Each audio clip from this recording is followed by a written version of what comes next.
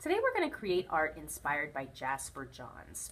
Jasper Johns was a pop artist who would take ordinary things like a flag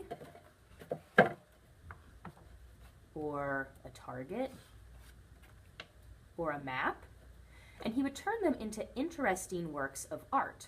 Sometimes people don't think about ordinary things that they see every day, like numbers and letters, but when artists use them in an interesting and new way, it makes people stop and think about them a little bit differently.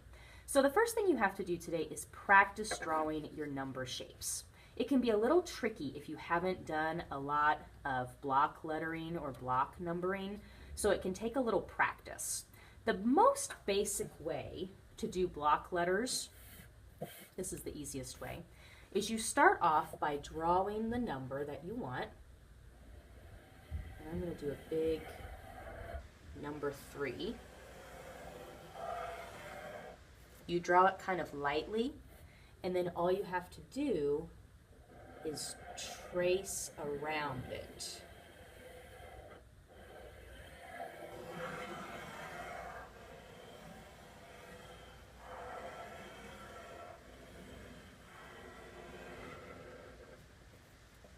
Then you would erase your original line that's on the inside.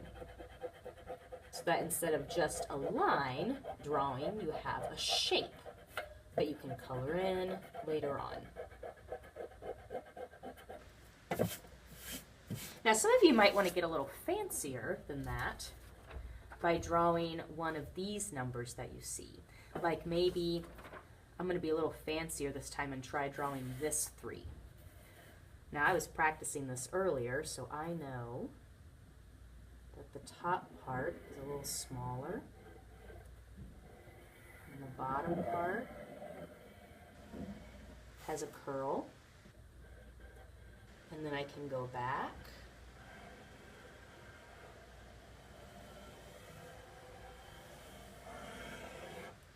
and make it a little bit darker. Drawing block letters is actually a really handy skill. I don't know how many times I've had to make a poster or a birthday card or something like that where I needed to do some fancy lettering. And block lettering can come in really handy, especially if you practice and you can learn to look at an example and draw what you see. That's something that we're always working on in art. Looking at something and drawing what we see. Now, even though my 3 might not look exactly like the example, that's okay. I'm kind of just using it as inspiration to create my own unique artwork. After you draw your big number in the middle, you're going to draw a few small numbers to go with it. Now, some of the small numbers you can draw freehand if you need to, but I also have some number templates that you can trace to kind of help with some of the overlapping of your design.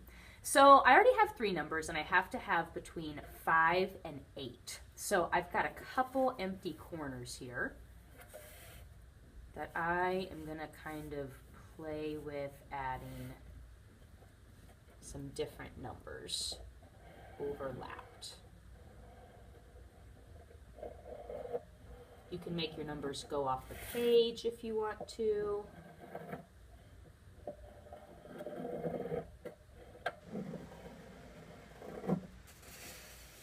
I think I might make this 2 go off the page a little bit. Yeah, I like that.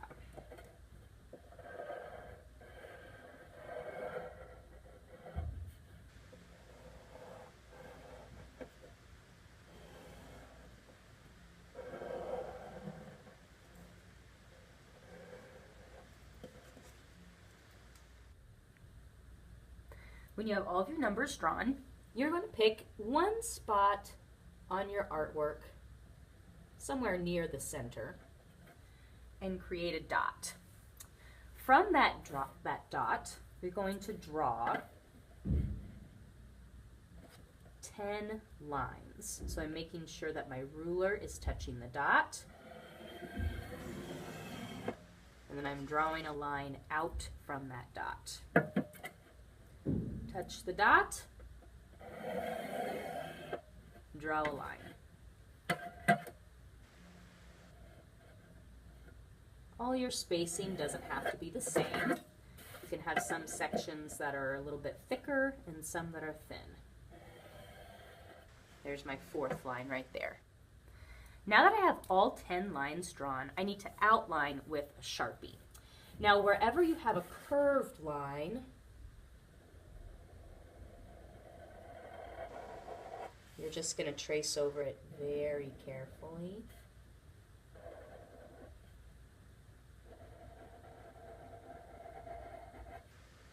Because Sharpie does not erase. So being really careful for this part. But if you have a line that was drawn very straight, make sure that you use a ruler when you do your Sharpie.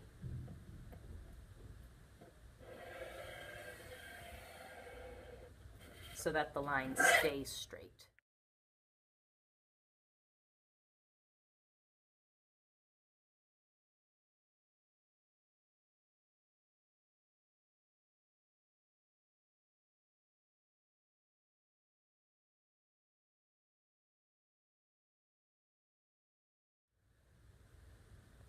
Now, one of the real secrets for this project is neatness.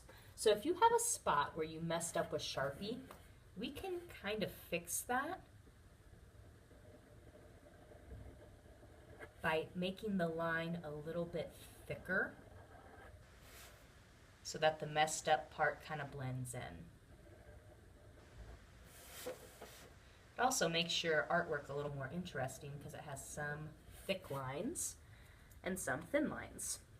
Also, when you're all finished with Sharpie, you're going to want to take an eraser and erase any leftover pencil so that you're left with just a clean Sharpie outline.